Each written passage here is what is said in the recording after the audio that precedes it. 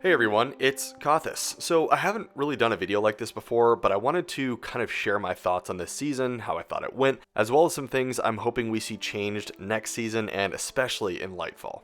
And also, I am aware that there is a community event next week to fix up the Elixni quarter. It should be interesting. I don't think it's going to sway my opinions too much on this season, but I will make sure to cover that when it comes out next week. Most of the footage here will be random B-roll, so feel free to throw me on in the background while you're getting a cup of coffee or something like that. And because this is my first time doing this, I might have left something out. So if I did forget a topic that you would have liked me to talk about, leave me a comment so I can better prepare for Season 19's recap video, which I will be doing then. So with that being said, let's get right into the video and see how Season 18 went. King's Fall. Wow, I love this raid so much. The amount of time I've spent raiding on the Dreadnought since Destiny 1 is just a huge amount of time. Seeing this come back into Destiny 2 made me so happy, and I love all the changes they've made to it. Every encounter is great. Maybe it's just my nostalgia that's keeping me from critiquing it, but I really do love it. I have 18 clears so far, and I managed to get 3 Touch of Malices within my first 10 runs. My whole raid team hates me, so sorry for all the people that are still trying to get it. Anyway, I love all the legendary weapons too.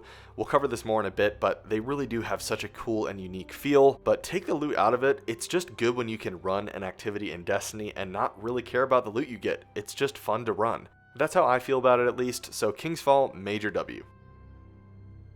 Arc 3.0, also a major W. Titan Storm Grenades maybe came out a little bit too strong, but they will be getting a small nerf next season. But having Arc actually feel good again was great. I had barely equipped Arc at all for the past few years because the other subclasses just completely outshined it. Last season, I thought I'd never stop playing my Solar Titan, but this season, I can't stop playing my Arc Titan. It's just so much fun. I'm not really playing Hunter as much this season. I know there are some really good Hunter builds out there, like with Liar's Handshake, but the playstyle just isn't my favorite.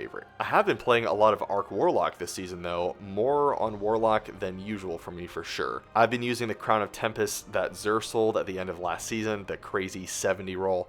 It's been a lot of fun. With each subclass 3.0 overhaul, they've basically added purpose to each one within the sandbox. And I can't wait to see how the subclass keywords like Scorch, Jolt, and so on will become more intertwined with weapon traits like Incandescent and Volt Shot. Much more of this is on the way according to Bungie, and I'm all about it.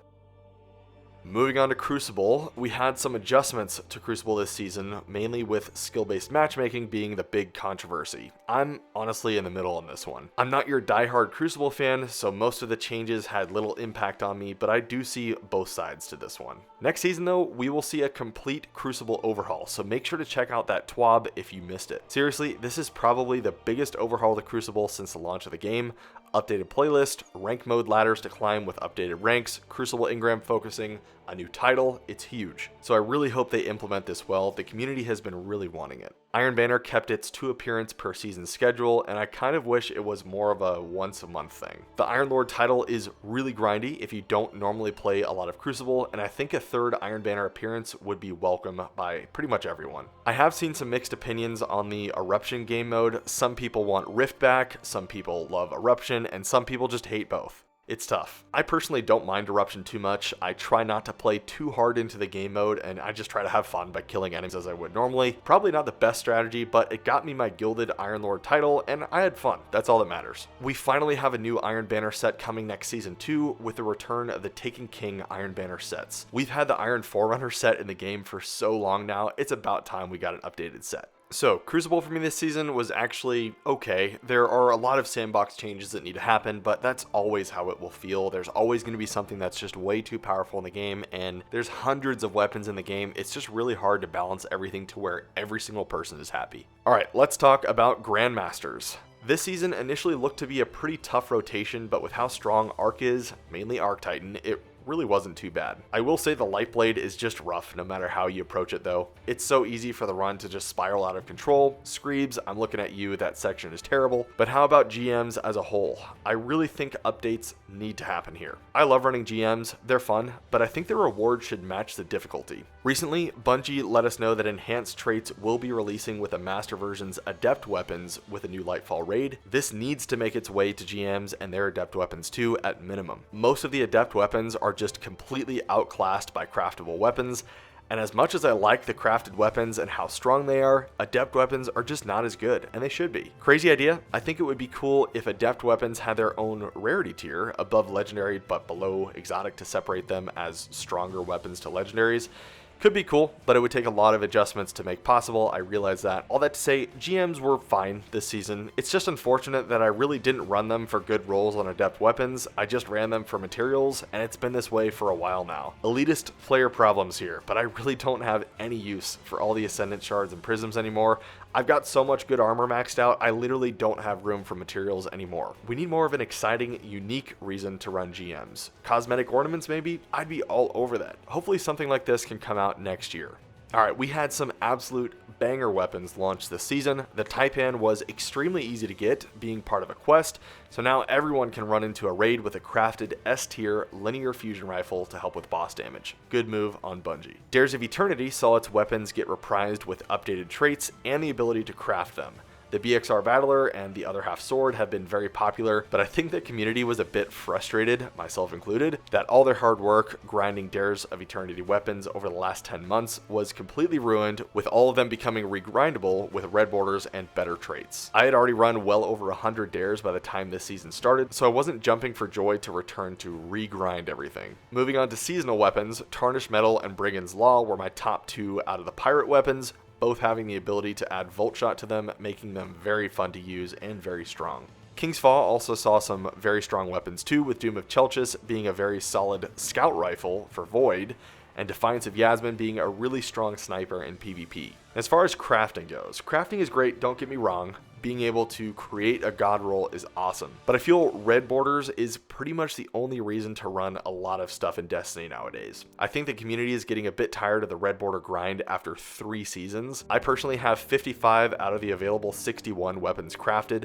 Most of them have enhanced traits. I know, I'm weird like that, and I'm for sure feeling burnt out of the red border grinding and weapon leveling process. Thankfully, there are changes coming to this, I believe, next season, so hopefully I can spend less time at the Shuro Cheek checkpoint mindlessly farming kills for weapon XP. I kind of wish weapon patterns weren't tied to getting red borders, but instead were tied to challenges for that activity. Like running King's Fall 10 times will get you a Defiance of Yasmin pattern. Run King's Fall as a full arc team and unlock the Doom of Chelchis pattern. Maybe something like that. Maybe then you could have challenges associated with that weapon to unlock more weapon titles, shaders, mastery emblems, and so on. And to prevent the encounter drops from being useless, maybe your challenge progress for, say, Defiance of Yasmin would be tracked across all Defiance of Yasmins. So that way, any weapon you use would progress your challenge progress. Something like that. Just an idea, but back to the topic at hand, eventually we will need an overhaul to this system and how we obtain patterns, because this is not sustainable in my opinion.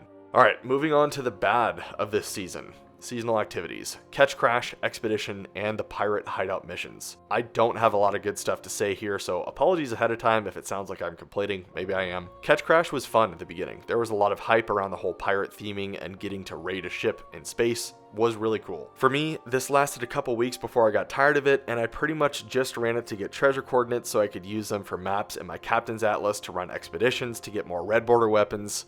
It got so repetitive. I still have a few triumphs left, like the High Seas, High Spirits one, where I'm only on step 3 with 56 emote completions. That's 56 runs, and I'm only on step 3. Crazy grind for no reason. Expedition got boring within the first week for me, and I felt like I had to force myself to run them every single time. Enemy density is low in my opinion, especially compared to last season's Nightmare Containment or even Catch Crash, where there are tons of enemies. After getting each one of the red borders from this season, I only ran expeditions to kill the ruffians for the triumph, which was pretty much impossible to do running with randoms. Of course, a full month after I killed all 50 ruffians, Bungie decided to lower the requirement to 10 ruffians, meaning I ran a ton of extra expeditions for no reason at all. I don't know why they waited till the very end of the season to do that, but whatever. Pirate hideouts were over in what seemed like seconds. We just had a small glimpse of these missions each week. Season of the Haunted had some really good backstory on characters like Zavala, Keitel, and Crow with the Sever missions. I kind of like those. But yeah, pirate hideouts were over so quickly, I'd often not even realize major story beats were happening, and this season actually had some really important stuff going on. Alright, let's finish this up with Festival of the Lost. Ugh, this was rough. Basically a copy paste from last year, with the best parts of it being the Macabre sniper and the Gundam armor sets. The haunted lost sectors were time gated, so you couldn't speedrun them. There were issues with pages not dropping in the beginning. It was literally a nightmare. The title also was absurdly grindy, repetitive, and boring to do as well. I had to pretty much shut off my brain to complete the 35 runs that were needed for it. It was just brutal. I feel that Bungie could do so much cool stuff with the Halloween event. I'd personally like to see some sort of horde mode in the dark or something, maybe with a master version to make it extra terrifying and difficult with better loot drops. Just an idea, but we've been asking for a horde mode for so long, and a Halloween event tied in would just be so cool. But yeah, I was not a fan of Festival of the Lost this year. I'm very glad it's over with, and hopefully the Dawning is better next season. Well, that is a wrap for this season. I'm trying to be optimistic for next season, especially with the Crucible changes. It looks pretty cool. I'm also looking forward to the new dungeon on December 7th, new crafted deepstone weapons with a new origin trait, subclass tweaks, a new set of Grandmasters, 27 exotic reworks. We've got some good stuff coming. Hopefully it's enough to hold us over to Lightfall, which I'm really excited for. The Neomuna Destination Strand subclass have me very excited, plus all the other new stuff will be huge too, like the Guardian ranking system, an in-game LFG system. It's gonna be awesome. Alright everyone, hopefully this opinion video was okay. I felt like it was time for me to branch out just a little bit and be real with my thoughts. If you haven't already, make sure to join the Discord where you can chat with me directly, as well as other Guardians, both New Light and Veteran. I'd love to see you there. Alright everyone, I will see you in the next video.